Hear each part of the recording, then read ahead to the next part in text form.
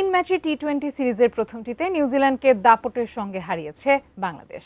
আজ জিতলেই চট্টগ্রামে সিরিজের জয়ের উৎসব করতে পারবেন লিটন দাসরা। চট্টগ্রামের বীরশ্রেষ্ঠ flight lieutenant Motiur Rahman cricket স্টেডিয়ামে আছেন চট্টগ্রাম প্রতিনিধি মনিরুল ইসলাম পারভেজ। আরও খবর জানবো তার কাছ থেকে।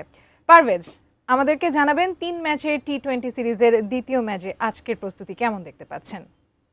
আদিতা, প্রথমে জেনে রাখি ওয়েদারটি কিছুক্ষণ আগে থেকে খারাপ হওয়া শুরু করেছে। সেটি হচ্ছে 12টার পর থেকে, অর্থাৎ সকাল থেকে রোদ ছিল, আকাশ মেঘলা ছিল। তবে আমরা আবহাওয়া বিষয়ে কথা বলেছি, তারা আমাদের জানিয়েছিলেন যে 3 নম্বর সিগন্যাল চলছে, এই যে বৃষ্টি অর্থাৎ আরও 2-3 দিন থাকবে, সেজন্য কথা বলা হচ্ছিল।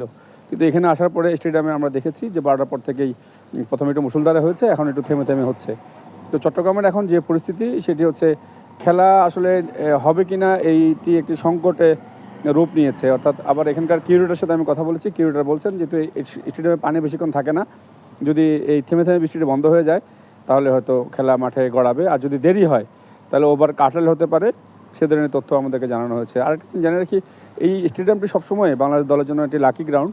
তবে বাংলাদেশ দল যেহেতু 1-0 এগিয়ে রয়েছে টি-20তে, আজকে যদি জিতে তাহলে জয় উৎসব তো করবেই। তবে এখন সংখ্যাটি সবচেয়ে বড় বাধা হচ্ছে বৃষ্টি যদি কমে যায় তাহলে হয়তো বাংলাদেশ তাদের কাঙ্ক্ষিত লক্ষ্যে পৌঁছাতে পারবে। আর বাংলাদেশ গতকাল আমরা দেখেছি তারা একটু ছুটিতে কাটিয়েছে। তবে নিউজিল্যান্ডের পক্ষ থেকে আমরা দেখেছি গতকালও তারা জিম করেছে, আজকেও আমরা দেখেছি কিছুক্ষণ আগে দোনো দলই কিন্তু প্রবেশ করেছে, অর্থাৎ খেলার অপেক্ষায় রয়েছে, এবং কিন্তু অনেকে দেখছি আবার জিমও করছে নিউজিল্যান্ড টিমের। তো যাই হোক, এরকম একটি অবস্থার মধ্যে রয়েছে। আবহাওয়া যদি ভালো হয় তাহলে হয়তো বা আমরা পরবর্তী খবর আপনাদেরকে আরও বিস্তারিত জানাতে পারবো যে কী অবস্থার মধ্যে রয়েছে।